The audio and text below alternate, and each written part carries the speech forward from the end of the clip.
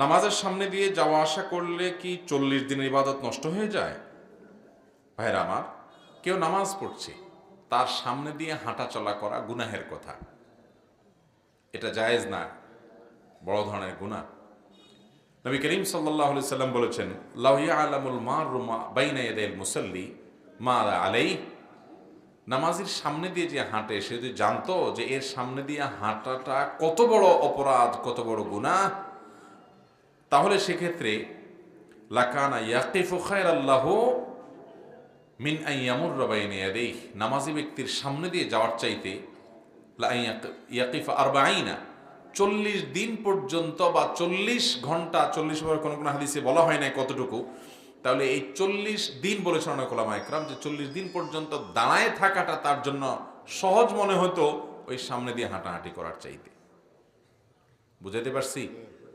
মানুষের সামনে হাঁটাহাঁটি করা, নামাজের সামনে হাঁটাহাঁটি করাটা এরকম গুনাহের কথা। কিন্তু এর মানে এই না যে 40 বছরের ইবাদত কবুল হবে না, এরকম কোনো হাদিস নাই যে নামাজি ব্যক্তির সামনে হাঁটাহাঁটি করলে 40 বছরের ইবাদতবন্দি কবুল হবে না। হ্যাঁ, নামাজি ব্যক্তির সামনে হাঁটাটা কত বড় অপরাধ এটা যদি মানুষ জানতো, তাহলে 40 দিন পর্যন্ত দাঁড়িয়ে প্রয়োজন অপেক্ষা করত, তারপরেও সে ওখান থেকে হাঁটাহাঁটি করত না।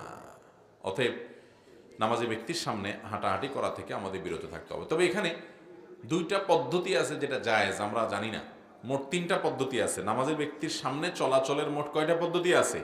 3টা সূরত আছে।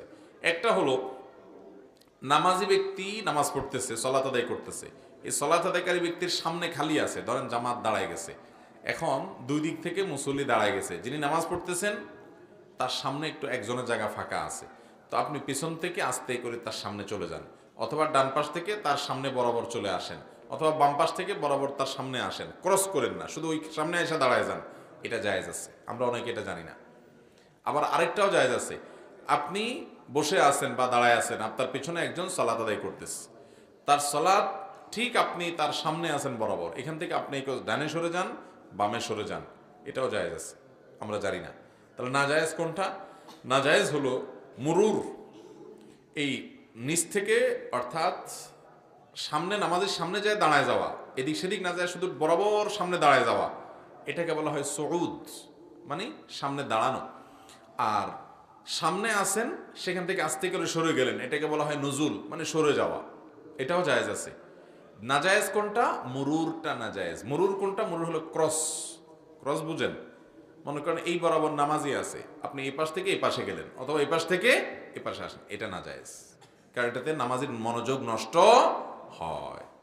আস্তে করে সরে গেলেন সামনে থেকে বরাবর, অথবা সামনে যে দাঁড়ায় গেলেন, এটা জায়েজ আছে। অনেক লোক দেখবেন পিছে নামাজি ব্যক্তি নামাজ পড়তেছে, সে বরাবর সামনে আছে, তো সামনে থেকে সরেও না, আবার একটু পরপর চোখ ঘোরায় ঘোরায় বড় করে করে নামাজের দিকে তাকায়, আছে না? নেই?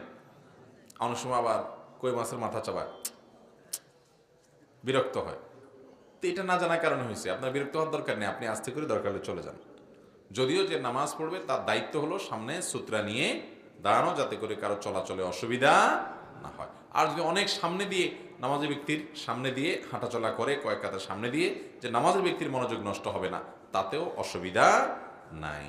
তাহলে খোলাসা কথা হলো, নামাজি ব্যক্তির সামনে দিয়ে চলাচল করাটা গুনাহ, কিন্তু তার মানে এই না যে 40 বছরের ইবাদত কবুল হবে না, এমন কোনো কথা নাই। তবে নবী সাল্লাল্লাহু আলাইহি সাল্লাম বলেছেন, নামাজি ব্যক্তির সামনে হাঁটা কত বড় গুনাহ, এটা যদি মানুষ জানতো তো 40 পর্যন্ত দাঁড়ায় থাকতো, তারপরও সে নড়াচড়া করতো না। এত ভয়াবহ বিষয়। এই জন্য ভাই, নামাজের সামনে হাঁটাহাঁটি পরে আমরা সাবধান থাকবো। কিন্তু যেটা বললাম, দুই পদ্ধতি জায়েজ, সেটা আপনি অবশ্যই অবলম্বন করতে পারেন। আর যদি বসে সবর করেন তাহলে সেক্ষেত্রে এটা আপনার ব্যাপার। নামাজ পড়া অবস্থায় সেজদার জায়গায় ফু দিয়ে নামাজ পড়া যাবে কিনা? নামাজ পড়া অবস্থায় অনেকে সেজদার জায়গায় বেশি ধুলাবালি দেখলে একটা ফু দিয়ে নেয়, অনেক সময় 2-3টাও দেয় ফু, এই ফুটো দিয়া এরপরে সেজদা যায়। এরকম লোক আছে না? নাই? সামান্য ধুলাবালি আছে, একটু কপালে নাকে লাগবে, এরকম যদি হয় তাহলে সেক্ষেত্রে ফুটু না দিয়ে সরাসরি সেজদা চলে যাওয়া উচিত। কারণ ফু দেওয়া এটা নামাজের ভেতরকার কাজ না বাহিরকার কাজ? নামাজের মধ্যে যা যা করা লাগে এর মধ্যে কি ফু দেওয়া বলতে কিছু আছে? নাই। তাহলে তো নামাজের কাজ না, এটা নামাজের বাইরের কাজ। নামাজের মধ্যে নামাজের বাইরের কাজ করা যাবে না। যদি বাইরের কোনো কাজ এমন হয় যেটা না করলে কোনো উপায় নাই, যেমন কথার কথা মশা একটা কামড় দিছে, এমন জোরে কামড় দিছে আর এমন ব্যথা যন্ত্রণা শুরু হয়েছে, জ্বালা শুরু হয়েছে যে ওই জায়গায় একটু না ডললে আপনার অনেক কষ্ট হয়ে যাচ্ছে, তাহলে হালকা করে এটা ডলা দেন। যদি একটা মাইট দেওয়া লাগে একটা মাইট দেন, এতটুকু করতে পারেন। মোবাইলটা হঠাৎ করে বেজে উঠছে নামাজের মধ্যে, এখন এটার আওয়াজের চোটে সব মুসল্লিদের নামাজ বরবাদ হয়ে যাবে। আপনি আস্তে করে হাত দিয়ে পকেটের মধ্যে আপনি ওইটা বন্ধ করে দেন, অথবা টিপ দিয়ে ওইটার গলা চিপা ওইটার চিল্লি বন্ধ করে দেন। এতটুকু আপনি করতে পারবেন, এতটুকু আপনি করতে পারবেন। অনেকে আছে দেখবেন মোবাইল বাজতে বাজতে বাজতে বাজতে পুরা মুসল্লিদের সবার নামাজের 12টা বাজানো শেষ, তারপর উনি মোবাইলের দিকে হাত দেয় না। ওই যে হাত বাঁধলে নামাজ ভাঙি যায় কিনা এই চিন্তা। তো এতটুকু সামান্য কাজ করলে নামাজ ভঙ্গ হবে না। আর এটা করা জরুরি, কারণ এটা না করলে সবার মনোযোগ নষ্ট হচ্ছে, সেজন্য এটুক করা যাবে। যদিও আগে থেকেই সাবধান থাকা উচিত ছিল, মোবাইল বন্ধ করে নামাজ পড়া দরকার ছিল। যেহেতু ভুলে গেছে কোনো কারণে, তো নামাজের মধ্যে আওয়াজ হলেও আস্তে করে চাপ দিয়ে, অনেকে আপনার প্রত্যেকে যে যেটা মোবাইল ব্যবহার করে, যে বিভিন্ন বাটন টিপ দিলে এটা টিপ দিলে বন্ধ হবে, আনুমানিক আন্দাজে কয়েকটা টিপে শুরু করলে বন্ধ তো হয়ে যাবেই। আবার অনেকে আছে বাইর করে এরকম ভালো করে দেখে, হ্যাঁ কলটা কে দিল, ওর 14 গোষ্ঠী উদ্ধার করার নিয়ত করে মনে মনে। তো এই সমস্ত যদি করেন তাহলে নামাজ নষ্ট হয়ে যাবে। কারণ নামাজের মধ্যে যেটা নামাজের বাইরের কাজ, সেগুলো যদি আপনি অনেক বেশি করেন, যেটাকে আমলে কাসির বলে, তাহলে নামাজ নষ্ট হয়ে যাবে। হালকা করতে পারেন। এখন হালকার বেশির মাপটা কি? মাপটা হলো, আপনি যখন নামাজের মধ্যে এমন কিছু কাজ করতেছেন যেটা নামাজের কাজ না, এমন ভাবে করতেছেন যে বাহিরের কোনো লোক দেখে সন্দেহের মধ্যে পড়ে যে আপনি কি নামাজে আছেন না নামাজের বাইরে আছেন। এরকম হয় না? আপনি যদি দাঁড়ায় এরকম মোবাইল টিপা শুরু করেন দোনো হাতে, তাহলে তো বাইরের লোক দেখে বলবে কি ব্যাপার, এই লোক মনে হয় নামাজে দাঁড়ায় নেই, মোবাইল টিপে টিপ করতেছে। আর হালকা করে আপনার হাত বাঁধা আছে, আরেক হাত দিয়ে একটু টিপ দিয়ে বন্ধ করে দিয়েছেন, তাহলে তো বোঝাই যাবে আপনি নামাজে আছেন। তো এইরকম হালকা যদি কাজ করেন অসুবিধা নাই, কিন্তু বেশি কাজ যদি করেন যে আপনি নামাজে আছেন কিনা এটা নিয়ে মানুষ সন্দেহ পড়ে যেতে পারে, এরকম বেশি অন্য কাজ করেন, তাহলে নামাজ নষ্ট হয়ে যাবে, এটা নামাজ ভঙ্গকারী বিষয়। অতএব সেজদায় যখন আপনি যাবেন, একেবারে যদি দুই হাত দিয়ে খুব ফ্রি মোডে, যেটাকে বলে ফ্রি মোডে আপনি নামাজে আছেন, এটা বোঝার কোনো উপায় নেই। এদিকে একটা ফু, মাঝখানে একটা ফু, বাম দিকে আরেকটা ফু, হাত দিয়া সরাইতেছেন, এই হাত দিয়া সরাইতেছেন, আপনার হাবভাব দেখে যে কোনো লোক মনে করবে যে লোকটা কি নামাজে আছে না নামাজে নাই, নামাজে থাকি কি এত কিছু করে নাকি মানুষ। এইরকম যদি বেশি করেন তাহলে নামাজ নষ্ট হয়ে যাবে। আর যদি হালকা একটা ফু দিয়া দেন, কোনো রকম নামাজের মুডে আছেন, তাহলে নামাজ নষ্ট হবে না। কিন্তু এই ফুটাও যদি না দিয়ে নামাজ পড়তে পারেন সেটা বেটার, কারণ নামাজের মধ্যে অনামাজের কাজ, নামাজের বাইরের কাজ যত কম করা যায় ততই ভালো। এখানে সেজদার জায়গায় যদি বালি থাকে, এটা আগে থেকে পরিষ্কার করে নিয়ে নামাজ পড়বেন, আর না হলে আলতোভাবে সেজদা দিবেন, সবর করবেন। আর যদি মনে হয় না এত ধুলা যে আমার নিঃশ্বাস যখন টান দেবো সেজদায় নাক দিয়ে ধুলা ঢুকবে, আমি আবার অ্যালার্জির রোগী, তাহলে সেক্ষেত্রে আস্তে করে হয় হাত দিয়া সরান, আপনার মুখ দিয়া আস্তে করে ফু দিয়ে আপনি নামাজ পড়েন, এটা করতে পারেন। তাহলে এটা অ্যাভয়েড করা ভালো। যদি করতে হয় সেটা আলতোভাবে করতে পারবেন, একেবারে ফু দিতে থাকলে না, দুই হাত দিয়ে একেবারে নামাজের বাইরের লোকের মতো করে পরিষ্কার করা লাগলেন, এটা করতে পারবেন না। কথা কি বুঝাতে পারছি? তাহলে আগে ভাগে পরিষ্কার করবেন। ভুলে গেছেন, এখন দেখতেছেন না ভয়াবহ বালি, সবর করে ওই অবস্থায় সেজদা দেওয়ার চেষ্টা করবেন। একান্ত দেখেন না এত বালি, এখানে আমি সেজদা দিলে আমার অবস্থা খারাপ হয়ে যাবে, নাক টাক দিয়ে সব দোলা ডুববে, অসুস্থ হয়ে যাব, তাহলে আস্তে করে পরিষ্কার করে বা ফু দিয়ে হালকা করে আপনি সেজদা শেষ করবেন। এরপরে প্রশ্ন হলো, পাপ হবে জানার পরেও শয়তানের ধোকায় পড়ে অবৈধ রিলেশনে ছিলাম, দিনের সঠিক বুঝ আসার পর এসব কাজ থেকে দূরে আছি আলহামদুলিল্লাহ, কিন্তু রিলেশনে থাকা অবস্থায় আমি কিছু জামা কাপড় উপহার পাই, এখন কি আমি এগুলো ব্যবহার করতে পারবো নাকি ফেরত দিয়ে দিব?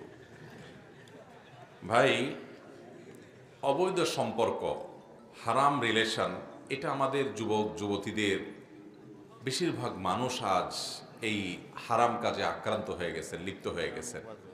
এটা জেনা, হারাম কোন সম্পর্ক, বিবাহ বহির্ভূত সম্পর্ক করা, এটার নাম কি? জেনা।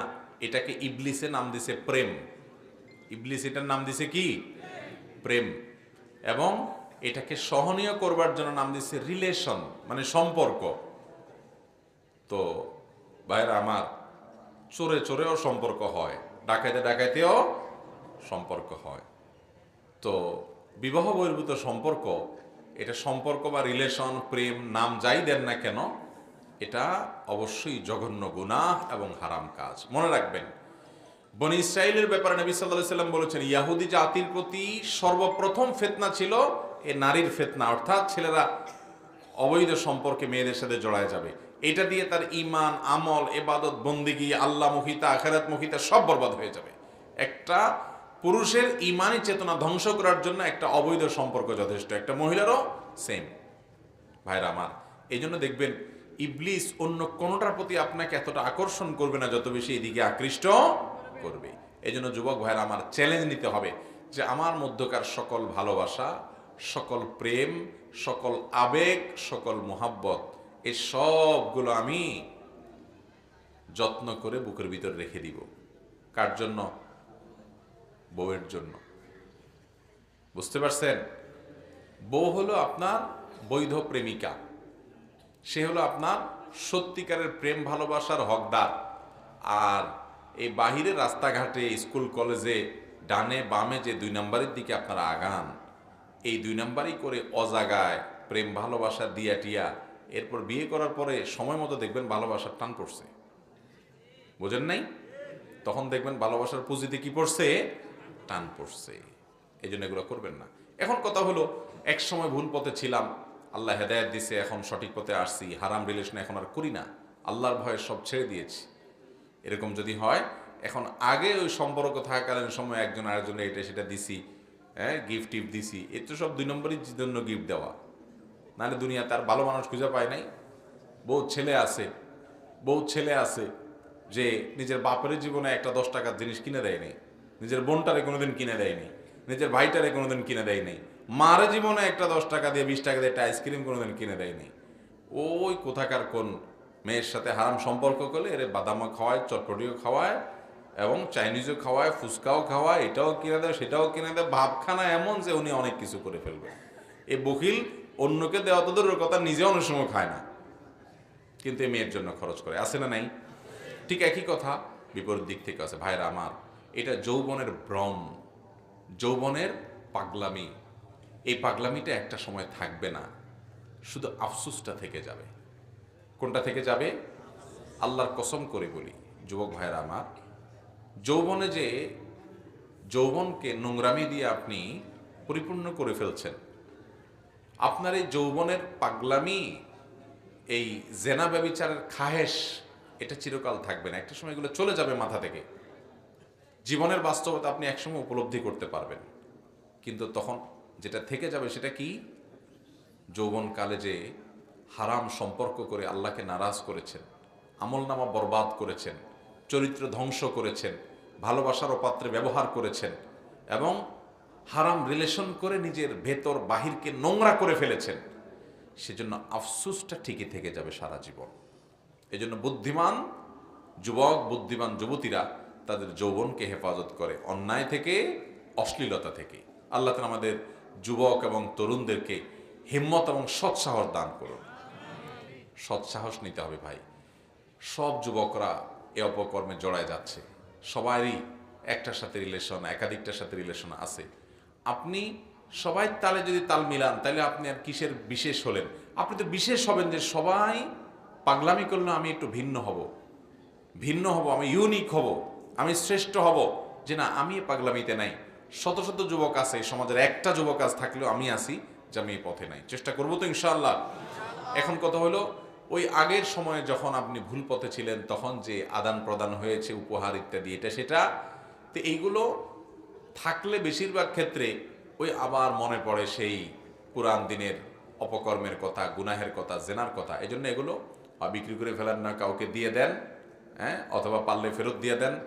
যে কোনোভাবে এটা চোখের থেকে আড়াল করে ফেলান, যাতে করে গুনাহের কথা স্মরণ না হয়, তার কথা স্মরণ না হয়। আল্লাহ তাআলা আমাদেরকে সৎ সাহস যেন আমরা অর্জন করতে পারি, সেই তৌফিক দান করুন। যুবক ভাইরা আমার, আমাদেরকে সৎ সাহস অর্জন করতে হবে। সৎ সাহস আল্লাহ তাআলা প্রত্যেকের জীবনে, জীবনসঙ্গী জীবনসঙ্গিনী বেঁচে থাকলে আল্লাহ তাআলা দিবেন, রেখে দিয়েছেন, অতএব তাদের জন্য জমা করে রাখেন। খবরদার ভাইরা আমার, পশ্চিমা দুনিয়া, সারা পৃথিবী আপনি তাকান, এই অবৈধ রিলেশনকে যারা কোনো দোষের কিছু মনে করে না, এটাকে মানুষের অধিকার মনে করে, সে দেশগুলোতে যায় দেখেন পারিবারিক জীবন, পারিবারিক শান্তি বলতে কোনো কিচ্ছু নেই, ধ্বংস হয়ে গেছে। আমাদের মুসলমানদের অন্য কোনো কিছু থাকুক না থাকুক, পারিবারিক রিলেশনটা এটা আমাদের অনেক বড় একটা গর্বের ধন, যেটা পৃথিবীর অন্য কোনো ধর্মের মানুষের মধ্যে এরকম নাই।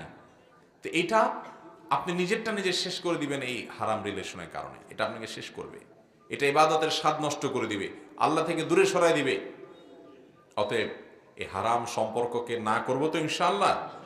আল্লাহ তাআলা আমাদের সব যুবক ভাইদেরকে আমল করার তৌফিক দান করুন।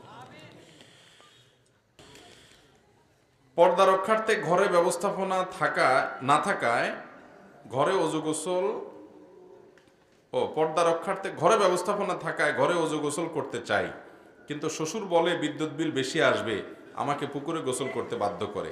স্বামী প্রবাসে থাকে, এ সম্পর্কে বলেন। ভাইরা আমার, হাসির কথা না, আমাদের অনেক বোন আছেন, অনেক মেয়েরা আছেন, শ্বশুর শাশুড়ি, ননদ, দেবর, এদের অত্যাচারে অতিষ্ঠ বেচারীরা, অতিষ্ঠ। স্বামীটা বিদেশে পড়ে আছে একটু সংসারের উন্নতির জন্য, আর এদিকে এই বেচারির 14 গোষ্ঠী উদ্ধার করার জন্য পরিবারের সব মানুষগুলা লেগে যায়, আছে না নাই? আবার কোনো কোনো ক্ষেত্রে উল্টাও হয়, যে স্বামী বিদেশে আছে, এই চান্সে বয়ে শাশুড়ি, ননদ সবগুলোর দড়ির উপর রাখে, স্বামীর কান বাড়ি করে, সেটাও আছে। ভাইরা আমার, আমরা মুসলমানই হইতে পারছি না, ভালো মুসলমানই হইতে পারছি না। আল মুসলিমু মান সালিমা আল মুসলিমুনা মিন লিসানিহি, যার হাত মুখ দ্বারা অন্যরা নিরাপদে থাকে, অন্য মুসলমান নিরাপদে থাকে, সেই তো প্রকৃত মুসলমান। একজন মেয়ে, তিনি হোক বউ, হোক শাশুড়ি, অথবা একজন পুরুষ, তিনি হোক শ্বশুর কিংবা জামাই, যেই হোক না কেন, সে আরেকজনের অধিকার নষ্ট করতে পারবে। বৌমা পুকুরে গিয়ে পর্দাপর্শীদের সাথে অজু গোসল করা তার জন্য কঠিন হয়, সেটা তিনি করতে পারেন না, তাহলে সেক্ষেত্রে তার বাসায় অজু গোসলের ব্যবস্থা করতে হবে, এবং এটার জন্য যদি বিদ্যুৎ বিল যায় খরচ করবেন, টাকা পয়সা খরচ করবেন ইবাদতের জন্য। একজন পুত্রবধূকে পুকুরে যদি বেপর্দা থাকে, সেখানে পর্দার ভালো ব্যবস্থা না থাকে, সেখানে যে তাকে গোসল করতে, অজু করতে বাধ্য করলে শ্বশুর গুনাহগার হবেন, আল্লাহর কাছে দায়ী থাকবেন। সামান্য কটা পয়সার জন্য আপনি আল্লাহর ফরজ বিধান মানতে দিচ্ছেন না, আপনি জালেম এবং অপরাধী। অনেক শ্বশুররা এরকম আছে। আল্লাহ তাআলা আমাদের সবাইকে একে অন্যের অধিকার বোঝার তৌফিক দান করুন। শ্বশুররা বৌমাদের অধিকার বুঝবেন, বৌমারা শ্বশুর শাশুড়ির অধিকার বুঝবেন, যে তাদের প্রতি তারা মুরব্বী, তাদের প্রতি অবিচার করবেন না, মিথ্যা কথা বলে আপনার স্বামীর কান ভারী করবেন না। আল্লাহ তাআলা আমাদের প্রত্যেককে দায়িত্বশীল মানুষ হওয়ার তৌফিক দান করুন। ভাইরা আমার, মুসলমানিত্ব শুধু নামাজ কতগুলো পড়ার নাম না, আর রোজা কতগুলো রাখার নাম না। মুসলমানিত্ব হলো নামাজ রোজা তো করবেনই, এর পাশাপাশি মানুষের অধিকারের ব্যাপারে সচেতন থাকতে হবে, না হলে ভালো মুসলমান হতে পারবেন না। এরপরে প্রশ্ন হলো, মসজিদের ভেতর দুনিয়াবি কথা বললে 40 বছরের কবুলকৃত নামাজ নষ্ট হয়ে যায়, এরকম কোন হাদিস বিশুদ্ধভাবে প্রমাণিত আছে বলে আমার জানা নাই যে মসজিদে দুনিয়াবি কথা বললে 40 বছরের ইবাদত নষ্ট হয়ে যায়। তবে এটা ঠিক, মসজিদে একান্ত ব্যবসা বাণিজ্য, দুনিয়ার ধান্দা, আলাপ সালাপ, আড্ডা ফাড্ডা এগুলা করা মসজিদের শান এবং মর্যাদার খেলাফ। এটা মসজিদের শান এবং মর্যাদার খেলাফ, একজন মুসলমান সেটা করতে পারেন না। মসজিদে তিনি ইবাদত বন্দি করবেন, নেক আমল করবেন, এটার জন্য মসজিদ নির্মাণ করা হয়েছে। দুনিয়ার কথা যদি মসজিদে বলতে হয়, সেটা সওয়াবের উদ্দেশ্যে বলবেন। যেমন কথার কথা দুজন মানুষের মধ্যে মীমাংসা করছেন, আল্লাহর কাছ থেকে সওয়াব পাওয়ার আশা, এটা কোনো চাকরি না, বেতন নিয়ে না, পয়সা নিয়ে না। অথবা মসজিদে বসে দুনিয়ার কোনো একটা জিনিসকে সওয়াবের উদ্দেশ্যে, বৃক্ষরোপণ করা সওয়াবের কাজ, মানুষের অভাব মোচন করা, এটা দুনিয়ার কাজ, কিন্তু এটা আল্লাহর উদ্দেশ্যে করলে, সওয়াবের উদ্দেশ্যে করলে, ইখলাসের সাথে করলে সওয়াবের কাজ হবে। এসব আলাপ আপনি করতে পারেন। পিওর দুনিয়ার আলাপ, বসে বসে আপনার কাজুরি আলাপ, ব্যবসার আলাপ, দোকানে কেনা বেচার আলাপ, নিজের আলাপ সালাপ করলেন, এগুলা করলে অবশ্যই গুনাহ হবে, মসজিদের শানের খেলাফ হবে। অনুমতি ছাড়া একজনের মোবাইল আরেকজন ধরতে পারবে কি? অনুমতি ছাড়া একজন আরেকজন মোবাইল এমনি টাচ করলো, ধরলো, এই ধরাতে তো সমস্যা নাই, কিন্তু এখানে ধরা বলতে যেটা বুঝাইছেন সেটা হলো টিপাটিপি করা, ঘাটাঘাটি করা আর কি, তাই না? তো এটা অবশ্যই নাজায়েজ কাজ, এটা করা যাবে না।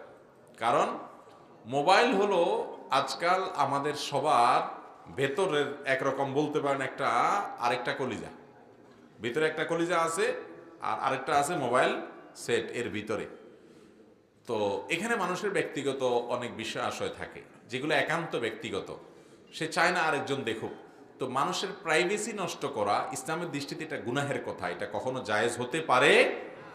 নবী করিম সাল্লাল্লাহু আলাইহি সাল্লাম কারোর ঘরে যদি কেউ এরকম চোখ দিয়া উঁকি মারে তার ব্যক্তিগত বিষয় আশয় এগুলো জানার জন্য, তাহলে সেক্ষেত্রে এই উঁকি মারাটা আরেকজনের ঘরে কোনো ছিদ্র আছে, ফাঁকা আছে, দরজা চিপা আছে, এটা দিয়ে উঁকি মারলেন, তো তার এই ব্যক্তিগত যে বিষয় আছে এখানে আপনি চোখ দিয়ে দেখলেন, প্রাইভেসি নষ্ট করলেন। এটা যদি কেউ করে তাহলে ওই ব্যক্তির চোখ উল্টায় দেওয়ার মতো অপরাধ, অর্থাৎ এমন বড় অপরাধ করে যার শাস্তি হলো তার চোখ উল্টায় দেওয়া, এইরকম একটা দোষ করে। এর মানে এই না যে আপনার এখানে উকি দিবে তার চোখ আপনি উল্টে দিবে, এটা বলা হচ্ছে না। বোঝানোর জন্য যে অপরাধের মাত্রাটা এত বেশি যে ওই লোকের চোখ উফড়ে ফেলা উচিত, এত বড় অপরাধ সে করছে। এটা শুধুমাত্র অপরাধের মাত্রা বোঝানোর জন্য বলা হয়েছে, আবার চোখ উফড়াতে যাবেন না ভাইরা আমার। তাহলে আরেকজনের ঘরে উঁকি দেওয়া নিষেধ হাদিসে, এবং কোরআনে আল্লাহ তাআলা বলেছেন তোমরা যদি কারোর বাড়িতে প্রবেশ করো, অফিসে প্রবেশ করো, তাহলে সেক্ষেত্রে আগে অনুমতি নাও। আজকাল দুনিয়াতে মানুষ কত সভ্য হয়েছে, কত ভদ্র হয়েছে, কত স্মার্ট হয়েছে যে যাওয়ার আগে জিজ্ঞেস করে যে আমি কি আসতে পারি। এই শিক্ষা কোরআন দিয়েছে প্রায় 1450 বছর আগে। সেই যাযাবরের মানুষদেরকে আল্লাহ তাআলা তখনই তাদের মধ্যে কোরআন নাজিল করে এটা গোটা মানবতাকে শিক্ষা দিয়েছেন যে তোমরা কারোর বাড়িতে ঢুকলে অনুমতি নাও। কেন? কারণ হুট করে যদি ঢুকে যাও তার ব্যক্তিগত বিষয় আশয় আছে, সেগুলোর তোমার নজরে পড়তে পারে, সে কোনো অবস্থায় থাকতে পারে যেটা সে তোমার সামনে প্রকাশ করতে চাচ্ছে না, তার প্রাইভেসি নষ্ট হতে পারে। মানুষের প্রাইভেসিটা এত গুরুত্বপূর্ণ, এই জন্য দেখবেন অনেকে আছে আরেকজনের মোবাইল নিয়ে, পাসওয়ার্ড নাই হয়তো, সে টিপাটিপি করতেছে, গ্যালারিতে ঢুকতেছে, তার চ্যাট লিস্টে যাচ্ছে, এটা করছে সেটা করছে, এগুলো জায়েজ নাই। হ্যাঁ, কোনো বাবা তার সন্তানের মোবাইল চেক করতে পারেন, মা তার সন্তানের মোবাইল চেক করতে পারেন। কিসের জন্য? যে সন্তান কোন পথে যাচ্ছে না যাচ্ছে সে তদারকি করা তাদের দায়িত্ব, সেই জায়গা থেকে তারা করতে পারেন। সেটাও আবার অতিরিক্ত সন্দেহ প্রবণতার থেকে যদি করেন তাহলে ছেলে মেয়ে আরো নষ্টর দিকে বেশি যেতে পারে, এটাও খুব সাবধানতার সাথে করতে হবে। স্বামী স্ত্রী একে অন্যের মোবাইলও ঘাটাঘাটি অপ্রয়োজনে করবেন না। হ্যাঁ, যদি মনে হয় যে সন্দেহজনক কোনো বিষয় ইতিমধ্যে হয়ে গেছে, এখন বাধ্য হচ্ছেন আপনি চেক করার জন্য, তাহলে সেক্ষেত্রে আপনি এটি করতে পারেন শর্ত সাপেক্ষে, অবস্থা বেঁধে। সাধারণ অবস্থাতে একজন আরেকজন মোবাইল ঘাটাঘাটি করা কখনো ভালো জিনিস না। আমরা চান্স পেলে অনেকে চুপচাপে কাম করি। আল্লাহ আমাদেরকে এ ধরনের গুনাহ থেকে বেঁচে থাকার তৌফিক দান করুন। জুমাবার হুজুর খুতবা চলাকালীন একজন আরেকজনের সামনে যেতে পারবে কি? না ভাই, জুমাবারে খুতবা চলাকালীন সময় একজন আরেকজনকে ডিঙ্গায়া একজন আরেকজনের ঘায়ের উপর দিয়ে বা কাতার ভেঙে ভেঙে সামনে যাবে না। একটু নেতাগোছের মানুষদেরকে দেখবেন এরকম বেশি করে, ঠিক না?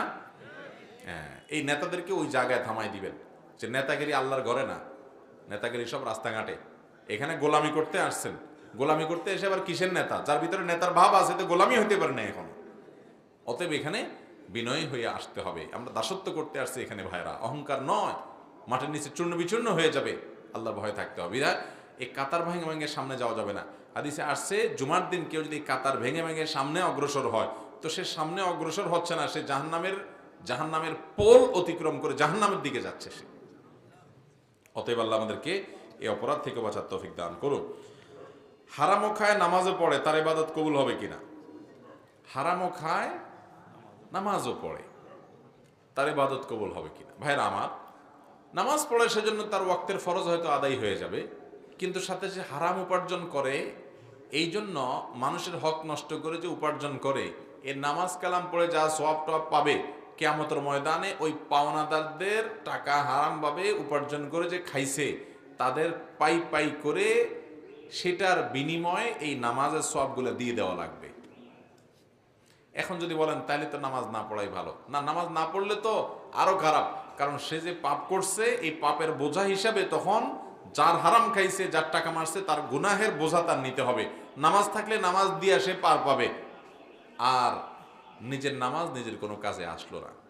এই জন্য ভাইরা আমার, আপনি হারাম বর্জন করেন, হারাম ছাড়েন, হারাম থেকে সরে আসেন, ওইটা সবচেয়ে বেশি গুরুত্বপূর্ণ।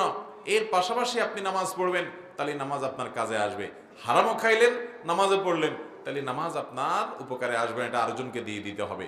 আর যদি বলেন তাইলে লাভ কি, না পড়ি, নামাজ পড়ে লাভ কি, তাহলে বাদ দেই, তো বাদ দিলে হারাম যে খাইছেন কিয়ামতের ময়দানে পাওনাদার যার হারাম মেরে খাইছেন, যার টাকা মেরে হারাম খাইছেন, এই লোকটাকে দেওয়ার মতো তো আপনার নামাজের সওয়াবও নেই, এবার তার পাপের বোঝা আপনাকে নেওয়া লাগবে, অবস্থা আরও ডেঞ্জারাস হবে। বিধায় হারাম বর্জন করা গুরুত্ব অনেক বেশি। আমাদের দেশে মানুষ মনে করে কি যে নামাজও পড়ি হারামও করি, আল্লাহ তাআলা মাফ করে দিবে।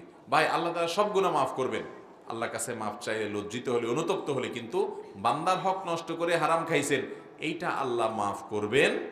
সুদের টাকা, ঘুষের টাকা, মানুষের হক মেরে খাইছেন, এটা মাফ করবেন। লম্বা দাড়ি লাগাইছেন, জুব্বা লাগাইছেন, তওবা করছেন, সবই ঠিক আছে, কিন্তু মানুষের হক মেরে খাইলে এটা আল্লাহ মাফ করবেন না। ওই মানুষের কাছ থেকে মাফ নেওয়া ছাড়া এক কদম জান্নাতের দিকে আগাইতে পারবেন না। খুব ডেঞ্জারাস বিষয়। এই জন্য এবাদত একটু কম করেন, কিন্তু হারাম খাইয়েন না, খবরদার। কারোর জমির আইল ঠেলিয়েন না।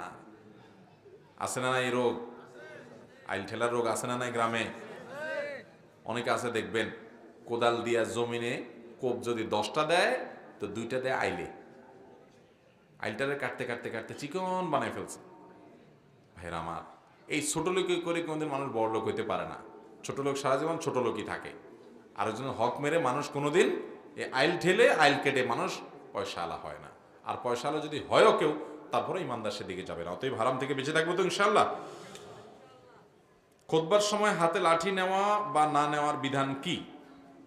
জুমার খুতবার সময় বা ঈদের খুতবার সময় বিভিন্ন বর্ণনা থেকে বোঝা যায় নবী করিম সাল্লাল্লাহু আলাইহি সাল্লামের হাতে লাঠি থাকতো এবং ধনুক থাকতো।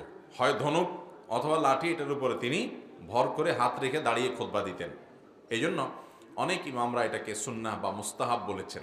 নবী সাল্লাল্লাহু আলাইহি ওয়াসাল্লাম এটা করতেন, সাহাবীদের অনেকেও এটি করতেন। ইবনে শিহাব জুহরি রাহিমাহুল্লাহ বলেছেন যে খুলাফায়ে রাশিদুন এটা পরবর্তীতে করতেন, কিন্তু এটা করা ফরজ বা ওয়াজিব নয়। এবং এটা সুন্নাহ নাকি নিছক মুবাহ কিংবা সুন্নতে আদা কিংবা আপনার মুস্তাহাব, সেটা নিয়ে ফুকাহের মধ্যে মত পার্থক্য আছে। সেজন্য কেউ যদি না করেন, সেটার জন্য তাকে আবার বাধ্যবাধকতা সৃষ্টি করাও যাবে না।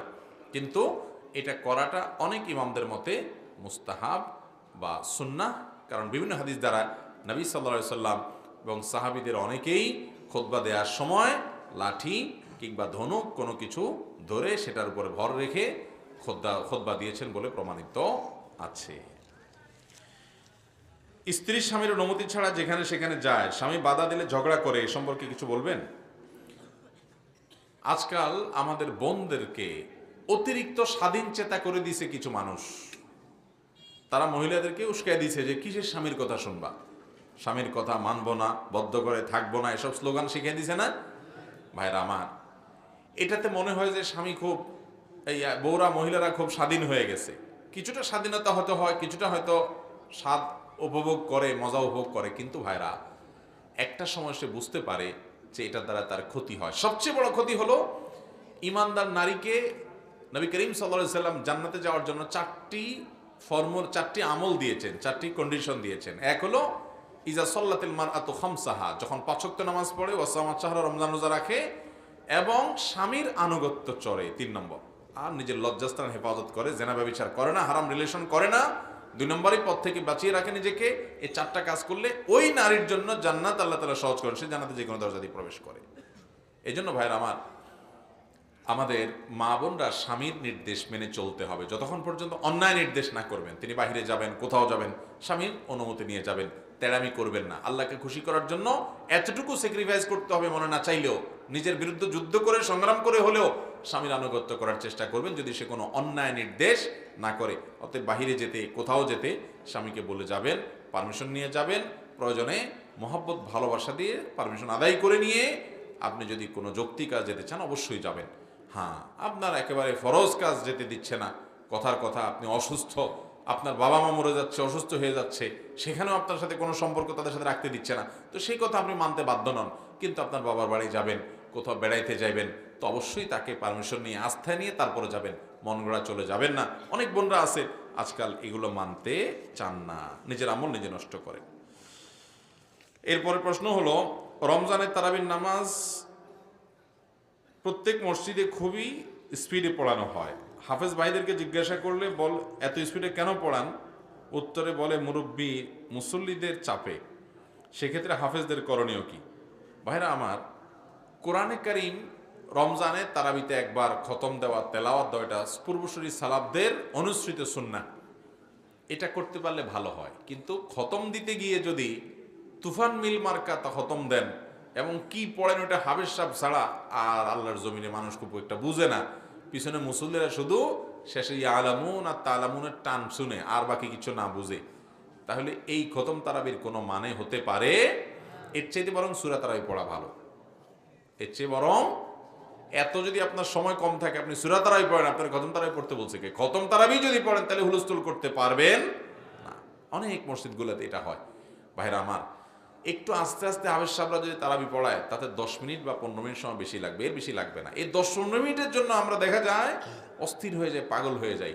এবং আজকাল মুসল্লিরা হাফেজ সাহেবের যোগ্যতা প্রমাণ করে কয় মিনিটে শেষ করছে, বলে যে আমাদের হাফেজরা খুব তুখোড় হাফেজ, কারণ এরা মাত্র 50 মিনিটে শেষ করে দিছে। পাশে মসজিদে হাফেজ, তার 5 মিনিট বেশি হয়েছে। এটা বুঝে না, যার টাইম যত বেশি লাগে তার নামাজ তত মানসম্মত হয়, সে হাফেজ তত ভালো হয়। আচ্ছা, আপনারা যারা সাইকেল চালাতে জানেন, সাইকেল জোরে চালানো সহজ না আস্তে চালানো সহজ? কয় জোরে চালানো সহজ বলে। আপনারা যদি আমি বলি একটা বাচ্চা যেরকম হাঁটে ওরকম আস্তে সাইকেল চালান তো পারেন নাকি দেখেন তো? নতুন নতুন যখন সাইকেল চালানো শিখে মানুষ, দেখবেন যারা শিখাইতে যায় ধরে রাখা যায় না, হনহনায় দৌড় দেয়, ঠিক না? কিন্তু আস্তে আস্তে চালাতে গেলে পড়ে যায়, এটা পারে না। ঠিক একইভাবে যারা গাড়ি চালায়, গাড়ি ড্রাইভ করে, খুব আস্তে আস্তে পিঁপড়ার মতো গতিতে চলবে, এটা সহজ না। উড়াইতে সবাই পড়ে, চাপ দিলেই দৌড় দেয় বোমো করে, কিন্তু আস্তে চালাতে পারে না। ঠিক একইভাবে অনেক হাফেজ আছে দেখবেন যে তুখো পড়ে চলে যাচ্ছে, তারা আস্তে আস্তে পড়তে পারে না, এরপর আর সে পারে না। তো এই জন্য যে হাফেজ যত বেশি সময় নিয়ে তারাবি পড়ে, তার তারাবি, তার নামাজ, তার তেলাওয়াতের কোয়ালিটি, মান তত উন্নত। মাত্র 10-15 মিনিটের বেশ কম হয়। এই জন্য মুসল্লিরা কেউ যদি ডিস্টার্ব করে হুজুরের হাফেজ সাহেবকে, আপনারা বাকিরা হাফেজ সাহেবের পাশে থাকবেন যে না, আমরা হুলস্থুল মার্কা পড়া পড়বো না, তুফান মিল মার্কা নামাজ পড়ে লাভ নাই। নামাজ যদি সুন্দরই না হয়, নামাজ পড়ে কি লাভ? অতএব তারাবি আস্তে আস্তে পড়বেন তো ইনশাআল্লাহ। হাফেজ সাহেব বেচারাদেরকে সাহস দিবেন, সহযোগিতা করবেন যেন তারা এটা করতে পারেন। মুরগি জবাই করার সময় মাথা আলাদা হয়ে গেলে সে মুরগি খাওয়া জায়েজ হবে কি? দরকারি প্রশ্ন। অনেক সময় বিশেষ করে মুরগি জবাই করতে গেলে গ্রামাঞ্চলে নিজের মুরগির নিজেরা জবাই করা হয়, বা দোকানদার অনেক সময় জবাই করার সময় এমন জোরে পোজ দেয় কল্লাটা আলাদা হয়ে যায়, হয় কি হয় না? তো মুরগি জবাই করতে গিয়ে যদি এরকম কল্লা আলাদা হয়ে যায়, পৃথক হয়ে যায়, পড়ে যায় একেবারে, তাহলে সেক্ষেত্রে সেই মুরগি খাওয়া যাবে, হালাল হবে। কারণ মুরগি বা যে কোনো পশু জবেটা হালাল হওয়ার জন্য তার রগগুলো ঠিকঠাক মতো কাটা যাওয়া হলো শর্ত। রগগুলো 4টা রগের ভিতরে 3টা রগ কাটা গেছে, বাস বিসমিল্লাহ বলে জবা করছেন, মুসলমান জবা করছে, এটুকু যথেষ্ট মুরগি হালাল হওয়ার জন্য। সেটুক তো হয়েছে, বিসমিল্লাহ আল্লাহু আকবার বলে বলছে, আবার রগও কাটা গেছে, মুরগি খাওয়া হালাল। কিন্তু কল্লা যে পৃথক হয়ে গেছে, এটা ইচ্ছাকৃত এরকম করা অবশ্যই অনুচিত। কারণ শুধুমাত্র রগ কাটতে বলা হয়েছে, আপনার কল্লা আলাদা করতে বলা হয় নাই। তাছাড়া কল্লা আলাদা যদি ভুলে হয়ে যায়, যে আমি করতে চাই নাই কিন্তু সন্দেহের কারণে যে রগ সব কাটা গেল কিনা, হঠাৎ দেখি কল্লা কাটা গেছে, তাহলে অসুবিধা নেই, মুরগি খাওয়া যাবে। কিন্তু ইচ্ছাকৃত এরকম করা অনুচিত। বিশেষ করে আমরা জানি যে হিন্দুরা অনেকে পাঠা বলি দেয়, এক কবে কল্লা আলাদা করে তারপরে খায়। অতএব তাদের সাথে যেন সাদৃশ্য না হয়, মুসলমান সেজন্য আপনার বিশেষভাবে যত্নশীল হবে। যদি সেরকম কিছু করতে চায়, ওদের অনুসরণ করতে চায়, তাহলে এটা গুনাহ হবে। বাট এমনি বেশিরভাগ যেটা হয় সেটা হলো ভুলেই হয়, ভুলেই সাধারণত আলাদা হয়ে যায়। এর কারণে মুরগি খাওয়া হারাম হবে না, মুরগি খাওয়া যাবে। এরপরে প্রশ্ন হলো, টয়লেট করার পর অবশ্যই কি ঢিলা কুলুক ব্যবহার করতে হবে? টয়লেট করার পর পানি ব্যবহার করবেন, আর পানি ব্যবহার করার আগে ঢিলা কুলুক, টিস্যু এরকম কোনো কিছু দিয়ে পরিষ্কার করে নেবেন। এই দুইটাই যদি ব্যবহার করেন সেটা সবচেয়ে উত্তম। কোরআন কারিমে আল্লাহ বলেছেন, ইন্নাল্লাহা ইউহিব্বুত তাওয়াবিন ওয়া ইউহিব্বুল মুতাতাহহিরিন। আল্লাহ তাআলা তওবাকারীদেরকে পছন্দ করেন, ভালোবাসেন, আর উত্তম রূপে পবিত্রতা অর্জনকারীদেরকে ভালোবাসেন। এই উত্তম রূপে পবিত্রতা অর্জনকারী কারা, এটা নিয়ে মুফাসসিরিনের বহু মত আছে এবং প্রসিদ্ধ অনেকগুলো মত আছে। এর ভিতরে একটা মত হলো যে এই আয়াতে মূলত মসজিদে কুবা, যে মসজিদে নববীতে, মদিনাতে যে মসজিদে নববীর আগে যে মসজিদ নির্মাণ হয়েছে মসজিদে কুবা, এই কুবা এলাকার মানুষদের কথা বলা হয়েছে। নবী সাল্লাল্লাহু আলাইহি সাল্লামের যুগে যারা ছিল তাদের মধ্যে একটা ভালো গুণ ছিল, কুবায় তারা বসবাস করত, যে তারা মরুভূমিতে সাধারণত পানি পাওয়া টাফ ছিল।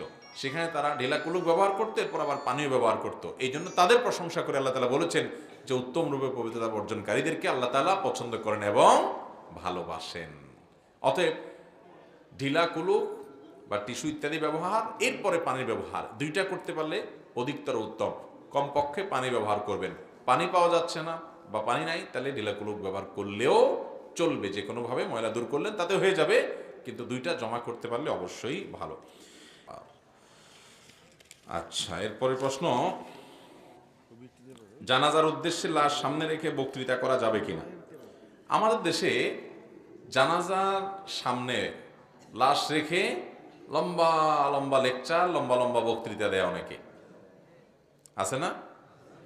এলাকার চেয়ারম্যান সাহেব বক্তব্য দিবে, মেম্বার সাহেব বক্তব্য দিবে, আপনার লাশ যার তাদের পরিবারের একজন একজন করে সবাই বক্তব্য দিবে, ইমাম সাহেব বক্তব্য দিবে।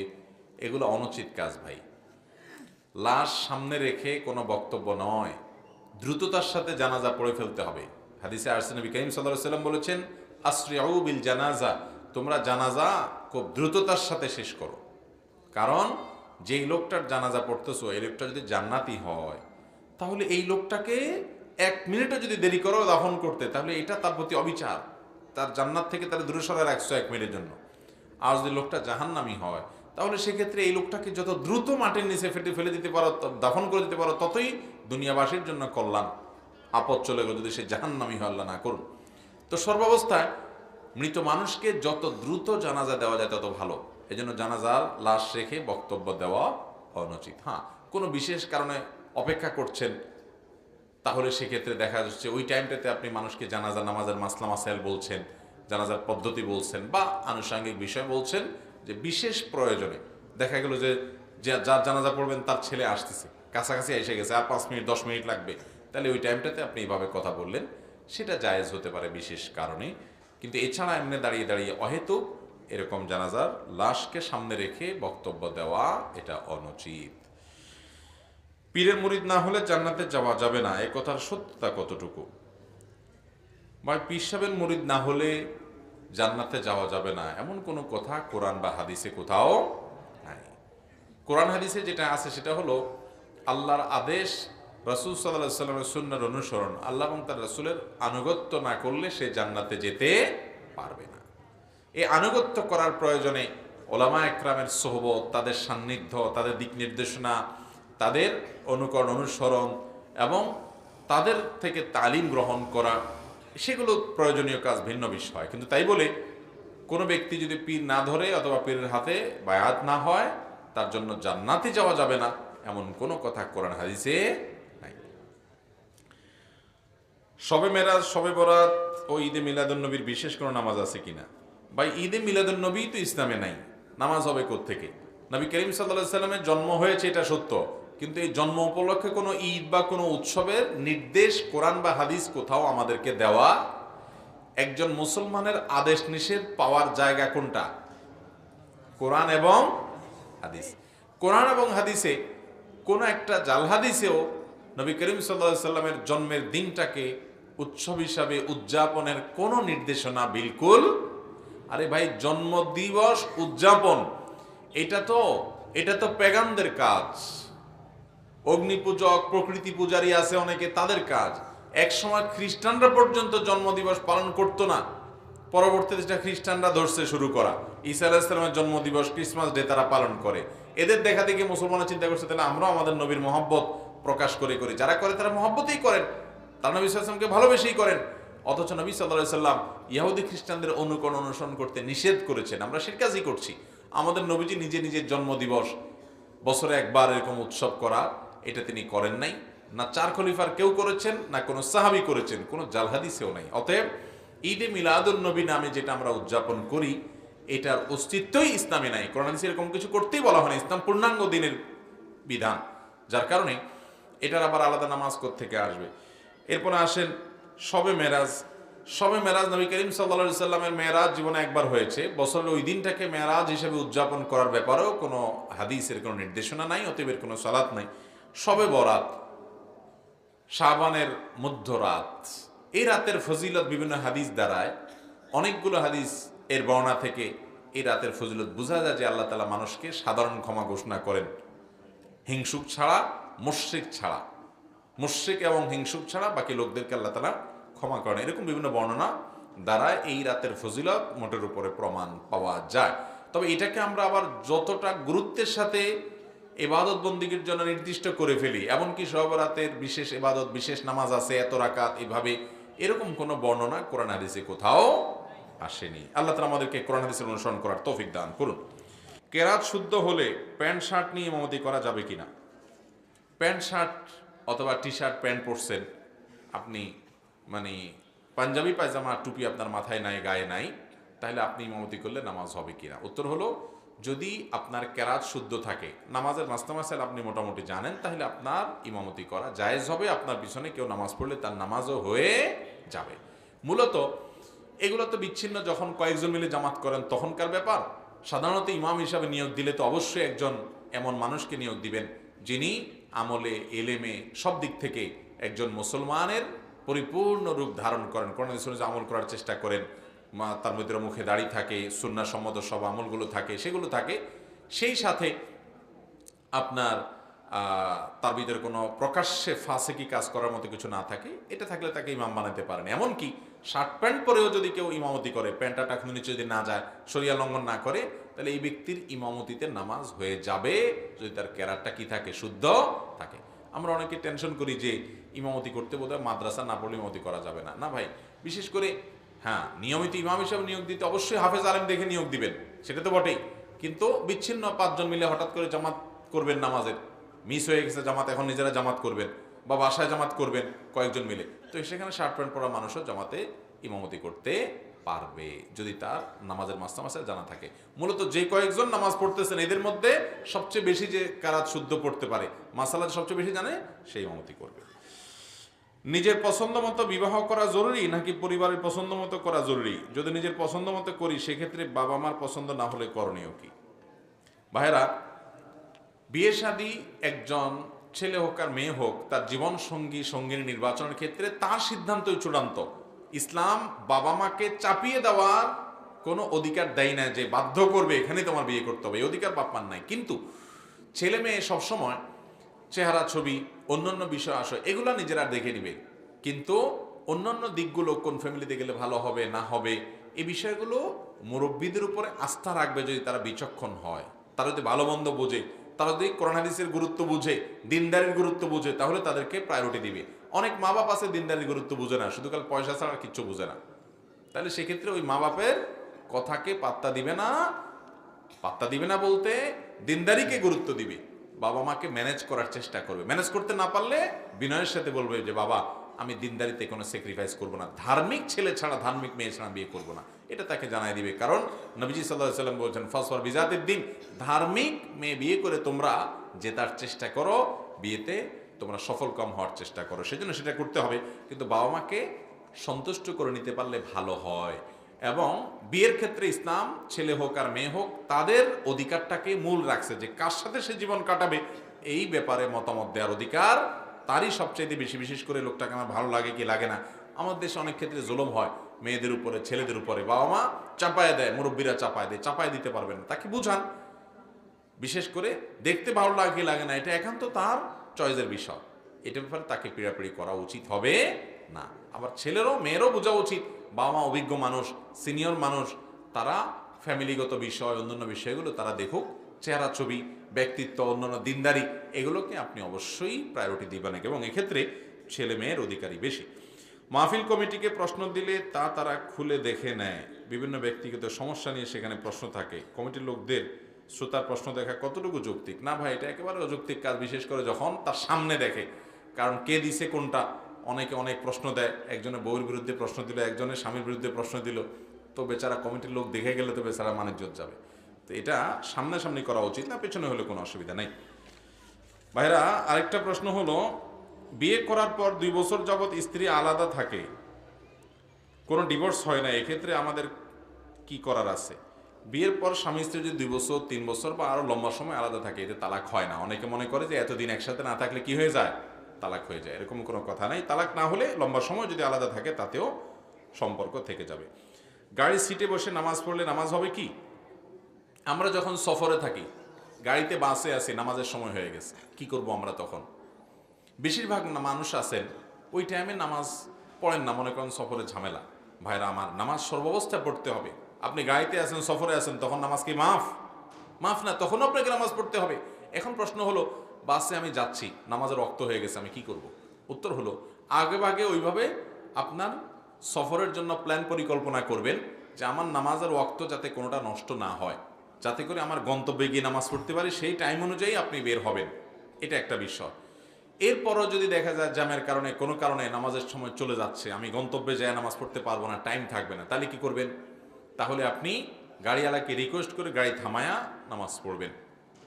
আর যদি সেটা সুযোগ না হয়, দেখেন যে না, গাড়িওয়ালা গাড়ি থামাবে না কোনোভাবে, আর অন্য যাত্রী নেয় নামাজ পড়ার মতো, তাহলে সেক্ষেত্রে আপনার যদি অজু থাকে, গাড়ির মধ্যেই যেহেতু ওয়াক্ত চলে যাচ্ছে, তাহলে গাড়ির মধ্যে আপনি নামাজ পড়তে পারেন। আর যদি গাড়ি ছেড়ে দিয়ে আপনি নামাজ পড়ে প্রয়োজনে আরেক গাড়ি ধরতে পারেন, তাহলে সেই চেষ্টা করবেন। যদি সেটা কঠিন হয়, অনেক সময় দেখা যায় রাত্রিবেলা যাচ্ছে, এখানে থামলে আর কোনো গাড়ি পাওয়া যাবে না, বিপদে পড়বো, কষ্ট হবে, তাহলে ওই অবস্থায় গাড়ির মধ্যে আপনি নামাজ পড়বেন। এর জন্য অজু থাকলে কেবলার দিকে ফিরে সালাত আদায় করার চেষ্টা করবেন। যদি কেবলা যান, কথার কথা সোজা পশ্চিম দিকে গাড়ি যাচ্ছে, তাহলে পশ্চিম দিকে ফিরে, আর যদি মনে হচ্ছে উল্টা দিকে যাচ্ছে, তাহলে ওই দিকে ফিরে আপনি নামাজ পড়ার চেষ্টা করবেন। আর যদি মনে কোনোভাবে কেবলার দিকে ফেরা সম্ভব না, যাচ্ছে উত্তরে দক্ষিণে, তাহলে সিটের মধ্যে হলেও যে কোনোভাবে একটু পশ্চিমের অ্যাঙ্গেলে হয়ে নামাজ পড়ার চেষ্টা করবেন। আল্লাহ বলেছেন ফাত্তাকুল্লাহ মাসতাতাতুম, যতটুকু সাধ্যকুলা, কিন্তু কোনোভাবে পশ্চিম দিকে ফেরা সম্ভব না, তাহলে যতটুকু সম্ভব, যতটুকু ফিরে সম্ভব, ততটুকু আপনি সালাত আদায় করবেন। তারপরেও আপনাকে নামাজ পড়তে হবে। গাড়ি দেখে নামাজ মাফ হবে না, অজু করে আপনাকে নামাজ পড়তে হবে। এখন অজুর ব্যবস্থা নাই, পানিও নাই সাথে, গাড়িওয়ালাও থামাবে না, রাত বিরাত আপনার বিপদও হবে থামলে এখানে, বা দিনের বেলায় কিন্তু এখন নামলে আরেক গাড়ি পাওয়া টাফ হবে, সমস্যা হবে, তাহলে সেক্ষেত্রে প্রয়োজনে তায়াম্মুমের মাটি রাখবেন, যে ওখানে তায়াম্মুম করে আপনি নামাজ পড়বেন। তারপরেও এই নামাজ আপনাকে পড়তে হবে। কোন অবস্থাতে নামাজ মাপ নেই ভাই। এখন কথা হলো, গাড়িতে নামাজ কেমনে পড়বো? দাঁড়ায় নামাজ পড়তে পারবো না। আমি নিজে বাসের মধ্যে নামাজ পড়ছি আলহামদুলিল্লাহ দাঁড়ায়। কিভাবে? যেমন কথার কথা, গাড়ি পশ্চিমে অথবা পূবে যাচ্ছে, তাহলে আপনি চিপা যে গলিটা আছে ওই গলিটার মধ্যে দাঁড়ায় যান, এক হাতে সিট ধরে রাখা যাতে পড়ে না যান ব্রেক দিলে, আর এক হাতে আপনার হাত বাঁধা থাকুক, এভাবে আপনি রুকু সিজদা করে নামাজ পড়েন। আর যদি বয়স্ক মানুষ হয় যে না, এটা আমার সম্ভব না, আমার শরীরে ভার ধরে রাখতে পারবো না, পড়ে যাব, তাহলে সিটে বসে আপনি নামাজ পড়েন। তারপরও আপনাকে নামাজ পড়তে হবে। সাধ্যের শেষটুকু চেষ্টা করতে হবে যে ঠিকমতো রুকু সিজদা দিয়ে আমি নামাজ পড়বো দাঁড়ায়া। সেটাও করার কোনো ব্যবস্থা নাই। শেষ চিকিৎসা, শেষ ট্রিটমেন্ট, শেষ উপায় হিসাবে আপনি বসে হলেও নামাজ পড়বেন। তারপরও নামাজ আপনাকে পড়তে হবে। আমাদের অনেক ভাইরা আছে অবহেলা করে, অনেক জায়গায় গাড়ি থামে নামাজের জন্য, মহিলারা আছে নামাজই মহিলা, নামাজ পড়ে না, যে ঝামেলা হবে, পর্দার সমস্যা। কিসের পর্দার সমস্যা? মসজিদের এক কোণা যায় নামাজ পড়বেন আপনি, কোনো অসুবিধা নেই, এবং পর্দার সাথে নামাজ পড়বেন যদি পুরুষরা থাকে, তারপরেও নামাজ পড়তে হবে ভাইরা আমার, নামাজ মাপ নাই।